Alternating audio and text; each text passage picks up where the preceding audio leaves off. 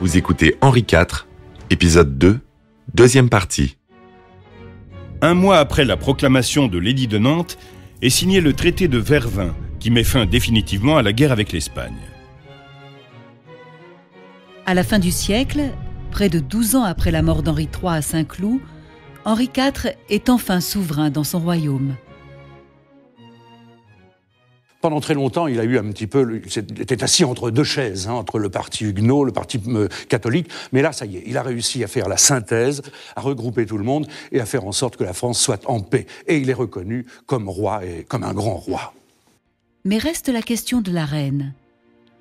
En 1599, le roi tombe gravement malade et chacun se rend compte du cataclysme qui s'abattrait sur la France s'il venait à mourir sans héritier.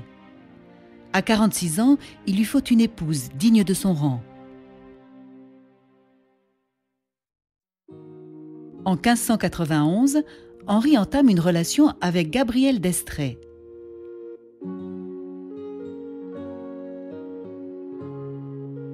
Gabrielle d'Estrees était la maîtresse de son grand écuyer, Bellegarde. Michel de Decker, écrivain d'histoire. Et Bellegarde, un jour, dit à son ami Henri « J'ai rencontré une femme qui est merveilleuse ».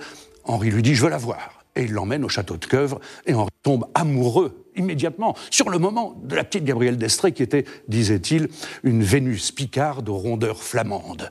Et il dit à Bellegarde « Bon, écoute, c'est terminé pour toi, tu me la laisses ». Bon, elle restera encore pendant quelque temps du dernier bien avec Bellegarde, mais elle finit par céder à l'insistance d'Henri IV, qui pourtant, elle le disait elle-même, sentait de l'aile et du gousset. Bon, mais il a pris des leçons de toilette pour pouvoir achever de la séduire, et il va vivre avec elle une merveilleuse histoire d'amour. Il lui fera d'ailleurs 3 enfants. Elle sera son plus grand amour et aura beaucoup d'influence sur les décisions importantes qu'Henri devra prendre. C'est elle qui le convainc de renoncer à sa foi protestante, qui lui conseille Sully comme Premier ministre, et bien qu'elle fût catholique, elle lui inspirera l'édit de Nantes. Sa belle maîtresse lui a dit un jour, elle dit « Je crains toujours de ne jamais vous retrouver, d'apprendre que vous avez été blessé à mort. On ferait mieux de signer définitivement la paix avec un édit de tolérance. » Et c'est poussé par Gabrielle d'Estrees qu'il va donc à Nantes signer cet édit merveilleux.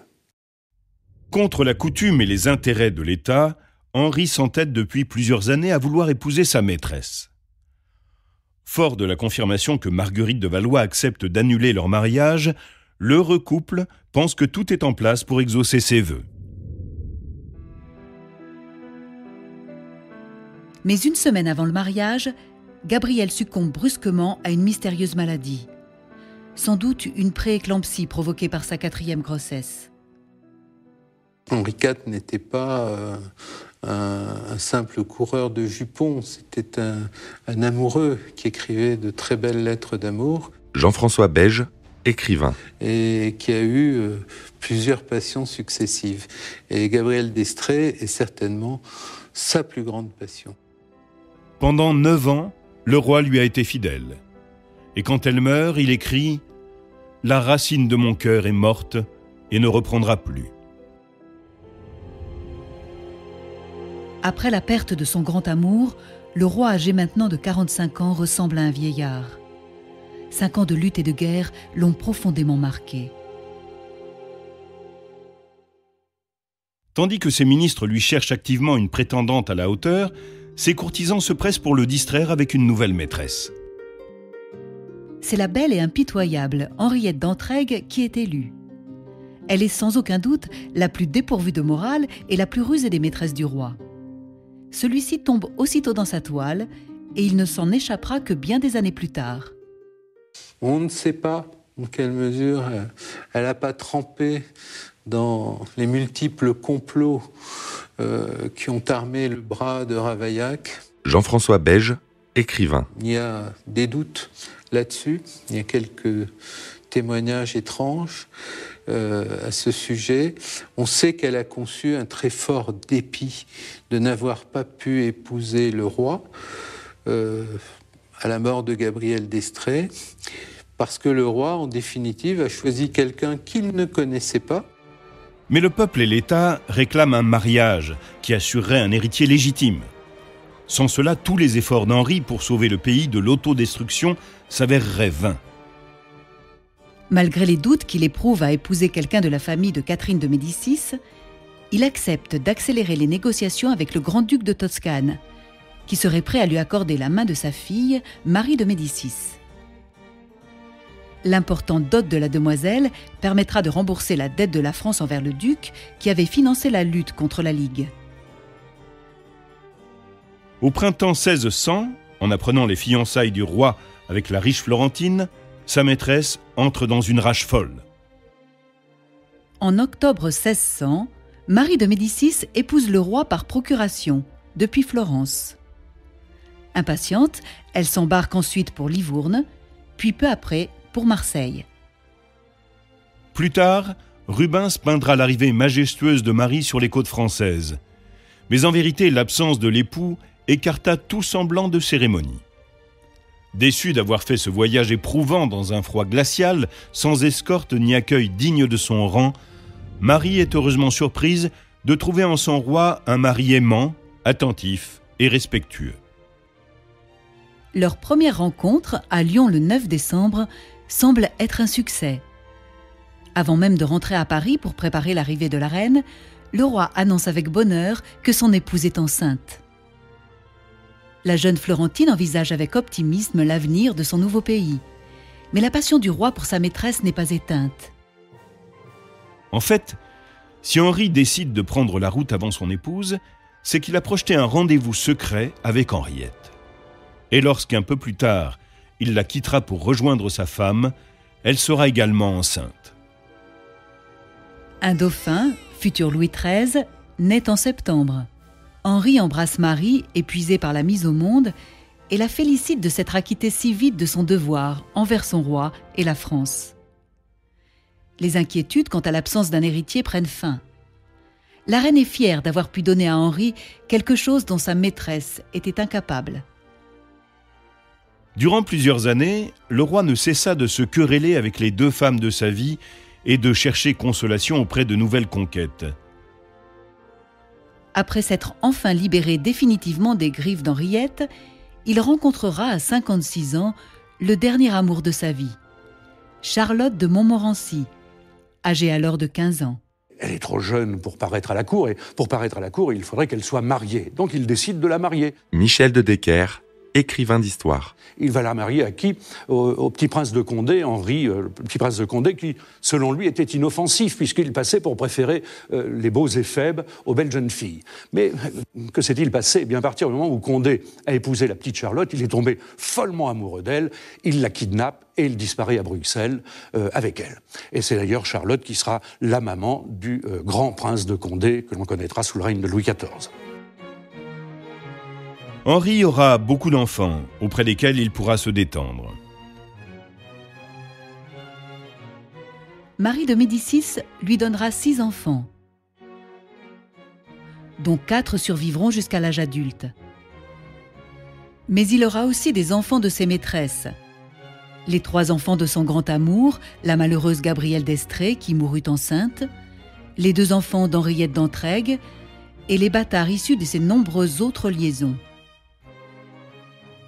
Ils seront tous élevés ensemble par les gouvernantes royales, car il refusa de les séparer, comme c'était la coutume. Ils grandiront à Saint-Germain-en-Laye, et il les aimera tous également. La passion du roi pour sa progéniture est reflétée dans le récit de l'ambassadeur d'Espagne, qui, venant s'entretenir avec lui, le trouva à 4 pattes dans la pièce, avec quelques petits sur son dos. Il venait lui-même jouer avec eux, il se promenait à 4 pattes, il les mettait sur ses épaules, il les transportait comme ça, il les épouillait, il leur enlevait les poules dans les cheveux. Voilà, c'était un très très bon papa.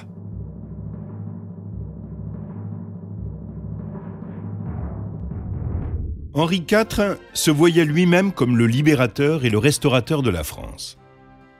L'impact dévastateur de la guerre civile fut atténué par des années d'inflation que ressentirent toutes les classes sociales.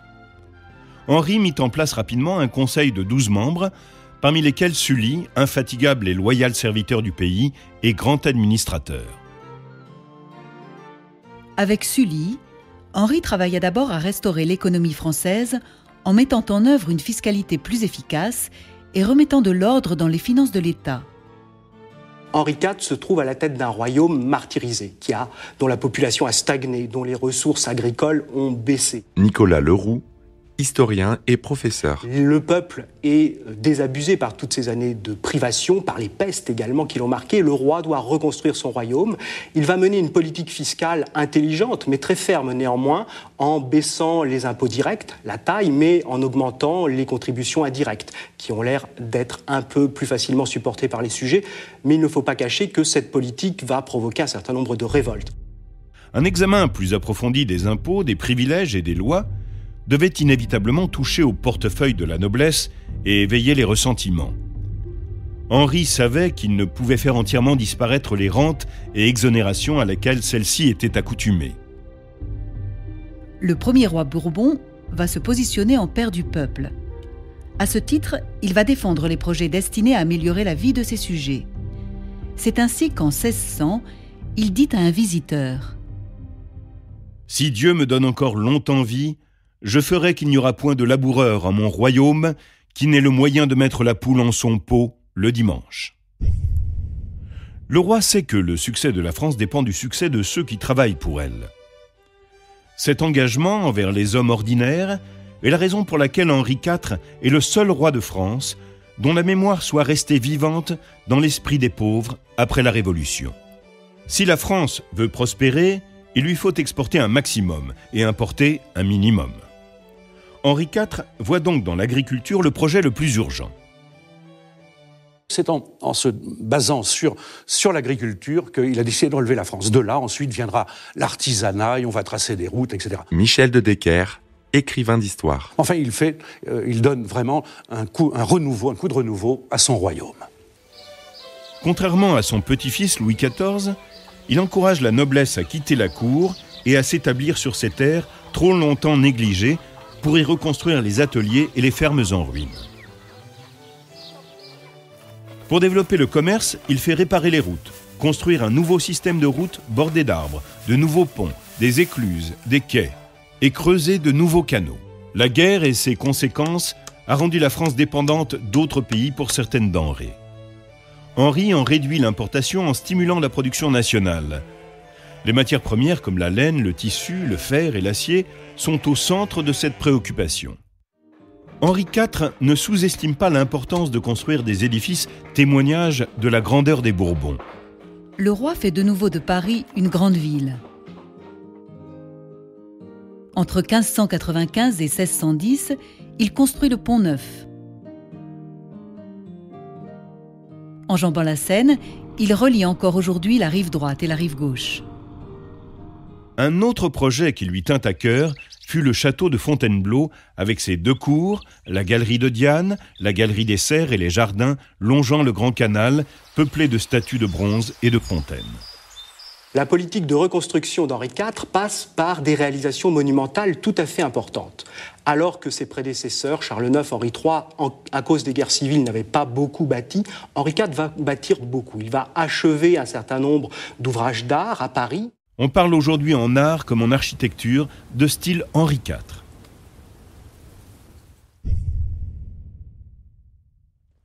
La vision du roi comprend la planification urbaine et la santé publique. Il fait élargir et paver les rues sales, développer l'acheminement de l'eau, construire un certain nombre d'hôpitaux et, dans les dernières années de sa vie, il tente d'améliorer les logements. Il construit la place Royale, connue depuis 1800 sous le nom de place des Vosges. Mais son projet, amorcé en 1608 pour reloger et mettre au travail les pauvres de la capitale dans un tout nouveau quartier, sera abandonné à sa mort. L'objectif ultime d'Henri IV, comme l'évoque Sully dans ses mémoires, était un projet d'organisation de l'Europe qu'on appellera plus tard le Grand Dessein. L'idée était d'avoir une confédération de pays présidée par un empereur élu et dotée d'un traité de paix et d'assistance mutuelle.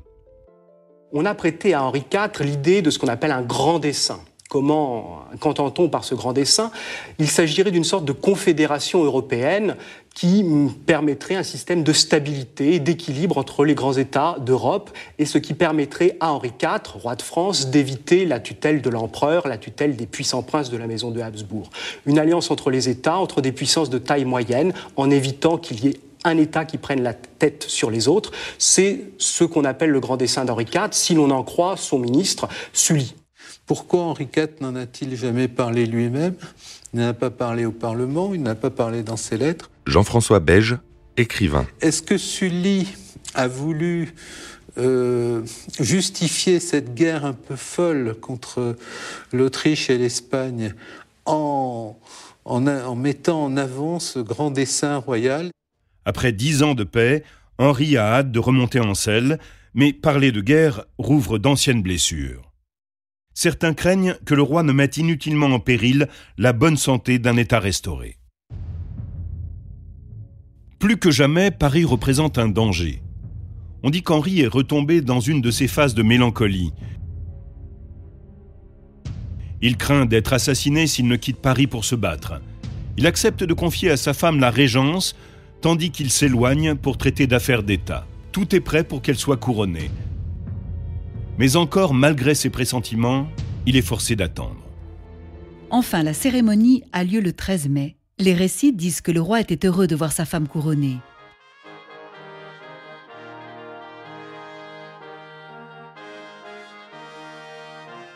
Mais quelques jours plus tôt, il lui fit part de ses prémonitions à propos de sa mort imminente. Le 14 mai 1610, le roi devait se rendre à l'Arsenal, chez son ami et ministre Sully. Il était agité et hésitait à partir. Il prit congé de la reine en l'embrassant plusieurs fois avant de se résoudre à monter dans son carrosse. Il sort du Louvre, il s'engage peu après rue de la Ferronnerie. Et là, rue de la Ferronnerie, il y a un embouteillage. Une charrette est renversée, le carrosse est arrêté. Le roi n'a pas voulu, au départ du Louvre, il n'a pas voulu d'escorte. Il a juste une escorte extrêmement simple, 4 cavaliers. Et il est au milieu de la foule, en fait. Et là, il y a quelqu'un qui arrive avec un poignard, qui monte sur une petite borne. Bon, il y avait beaucoup de petites bornes pour monter à cheval, qui servaient à monter à cheval. Il monte sur une borne, une jambe sur une borne, une jambe sur la roue du carrosse, et il poignarde 3 fois le roi. Le roi dit « ce n'est rien » et tout. Enfin, il se met à cracher du sang et il meurt sans doute tout de suite. Il y avait devant le carrosse un chevalier qui s'appelait le baron de Courtomer, qui était un petit peu en avant-garde et qui voulait aller prévenir Sully à l'Arsenal de l'arrivée du roi. Quand le baron, en tournant la tête, a vu que le carrosse était immobilisé par la charrette de foin, puis ensuite il y a eu un attroupement autour du carrosse, parce qu'il y avait l'assassin que d'Épernon tenait, que tout le monde tenait, que la foule après voulait lyncher, etc. Le baron de Courtomer a tourné bride, il est revenu vers le carrosse, et là, il a vu une dizaine d'hommes, visiblement des soldats, mais sans uniforme connu, partir à cheval dans les rues adjacentes et disparaître. Et ce témoignage, qui est un témoignage vraiment attesté, qui a été fait au procès, qui a un peu intéressé le président du tribunal, mais on a dit, ils ont disparu, on ne sait pas qui c'était, on ne sait pas, on ne va pas plus loin, on ne cherche pas plus loin. C'est un témoignage qui a toujours été troublant. Que faisaient ces hommes en armes autour du carrosse? D'où venaient-ils? Certains pensent que cet acte avait été commandité par un ennemi de l'entourage même du roi. Mais même sous la torture, le régicide affirma qu'il avait agi de son propre chef. La mort soudaine du roi, à 56 ans, fut une perte immense. Qui sait ce qu'il aurait fait pour la France s'il avait vécu plus longtemps? Malgré le peu de temps dont il avait disposé, il laissait derrière lui une France forte et opulente. Grâce à lui, le pays était redevenu prospère et avait retrouvé sa puissance militaire. Le roi a remporté les guerres de religion, si l'on peut dire. Il a pacifié son royaume, mais il meurt tragiquement en 1610, assassiné par Ravaillac. Nicolas Leroux, historien et professeur. Le choc est tellement fort, les Français sont tellement effrayés, ils ont tellement peur que les guerres civiles reprennent, comme elles avaient eu lieu pendant 30 ans auparavant, qu'ils vont idéaliser assez rapidement la figure de ce roi pacificateur, de ce roi Henri, qui a donné la paix au royaume de France. Mais pendant assez longtemps, le roi a été jugé avec suspicion par beaucoup de sujets, et c'est vraiment sa mort qui fait de lui une sorte de saint royal. Henri IV est enterré à la basilique de Saint-Denis. Sa veuve, Marie de Médicis, va assurer la régence jusqu'en 1617, puisque leur fils, le futur Louis XIII, n'a alors que 9 ans. Henri IV n'avait eu qu'un peu plus de 10 ans à consacrer aux affaires de l'État. Aussi, nombre de ses entreprises ne parviendront pas à terme. Mais sa vision de la France et les risques qu'il a pris pour la réaliser ont posé les bases de la prospérité future du pays. 4 ans seulement après sa mort, on lui érigea une statue sur le Pont-Neuf. Cette statue, comme celle de tous les autres rois de France, fut détruite pendant la Révolution, mais c'est la première qui fut reconstruite en 1818. Henri IV fut incroyablement populaire au cours de son règne et l'est resté. Il a sauvé et reconstruit un pays ruiné, déchiré par des idéologies rivales. Et son œuvre lui a survécu. Il est le roi de France que l'on cite le plus souvent. Parmi bien d'autres, 4 expressions célèbres ont traversé les siècles pour entériner l'image du bon roi Henri IV. La première inspire l'affection. Une poule au pot tous les dimanches. Et le décrit comme l'ami et le bienfaiteur de son peuple. Elle témoigne de son attention envers ses sujets. Le ver galant fait référence à son caractère fougueux et à l'insatiable coureur de jupons qu'il était. On retient également, et surtout dans la légende, Michel de Decker, écrivain d'histoire. la fameuse poule au pot que lui mangeait à sa manière la plupart du temps, c'est-à-dire à la béarnaise, quand il allait dormir chez l'habitant, et souvent avec l'habitante. Les 2 autres rendent compte de sa gloire militaire et de son souci de préserver l'unité du pays. Ne perdez point de vue mon panache blanc, évoque l'image du fringant chef militaire, et Paris vaut bien une messe, reflète sa volonté sans faille de mettre fin aux guerres de religion et d'unifier la France. Il est surnommé le bon roi Henri, ou le ver galant, ou parfois Henri le Grand. Jusqu'à sa mort, Henri garda une jeunesse d'esprit et une vigueur exceptionnelle. Mais son combat long et difficile pour les droits des Huguenots avait marqué son visage. Quand il succéda en 1589 à Henri III et qu'il devint Henri IV, il était un roi sans royaume, un mari sans femme, un général sans fortune. Et il lui était impossible, comme il le comprit avec le temps, de changer cela tant qu'il restait protestant. Pour être roi, il devait devenir catholique. Il se plia donc à ce qui était exigé de lui. Une fois roi, il put atteindre son objectif, rétablir la paix dans le royaume et assurer la liberté religieuse pour son peuple. Henri de Bourbon, roi de France et de Navarre, pour être le préféré des Français, n'en est pas moins critiquable. Certains ont interprété la phrase « Paris vaut bien une messe » comme un désir brûlant de pouvoir. Mais il n'avait pas d'autre recours, et cela lui coûta beaucoup. Il a aussi été taxé de manque d'intelligence. S'il ne connaissait pas les manières de la haute société, il n'était ni naïf ni idiot, comme certains le pensaient. C'était un fin stratège en politique. Il parvint à survivre parmi les dangers et les complots et prouva qu'il n'était pas dépourvu du sens des réalités. Au cours des siècles, certains ont considéré les contradictions de son caractère comme de graves insuffisances, pendant que ses admirateurs y voyaient une preuve de sa complexité et de son humanité. Sa gaieté et son apparente insouciance voisinaient avec une profonde capacité de réflexion, une jeunesse d'esprit et une grande sagesse et maturité. Son ami, le célèbre poète huguenot Agrippa d'Aubigné, dit à son propos « La France a perdu en lui le plus grand roi qu'elle ait jamais connu. Il n'était pas sans défaut, ni sans doute, mais en échange, il possédait des vertus inégalables. Il lui fallut une détermination, une ténacité, une patience et un charisme extraordinaires pour tirer son pays du cercle vicieux de l'autodestruction. Il fallait aussi une vision, une intégrité et le sens du compromis pour reconstruire un État déchiré par la guerre. Henri pensait que Dieu l'avait appelé pour être roi, rétablir la paix et la prospérité dans son pays bien-aimé. Il n'était pas un homme parfait, mais il répondit à l'appel et accomplit son destin.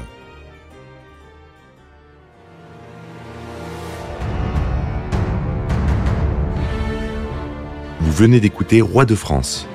Si vous avez aimé ce podcast, vous pouvez vous abonner sur votre plateforme de podcast préférée et suivre Initial Studio sur les réseaux sociaux. Roi de France est un podcast coproduit par Initial Studio et Merapi, adapté de la série documentaire audiovisuelle éponyme produite par Merapi. Cet épisode a été écrit par Thierry Bruand et Dominique Mougenot. Il a été réalisé par Catherine Mignot. Production exécutive du podcast, Initial Studio. Production éditoriale, Sarah Koskiewicz et Mandy Lebourg, assistée de Sidonie Cotier. Montage, Camille Legras. Avec la voix de Morgane Perret.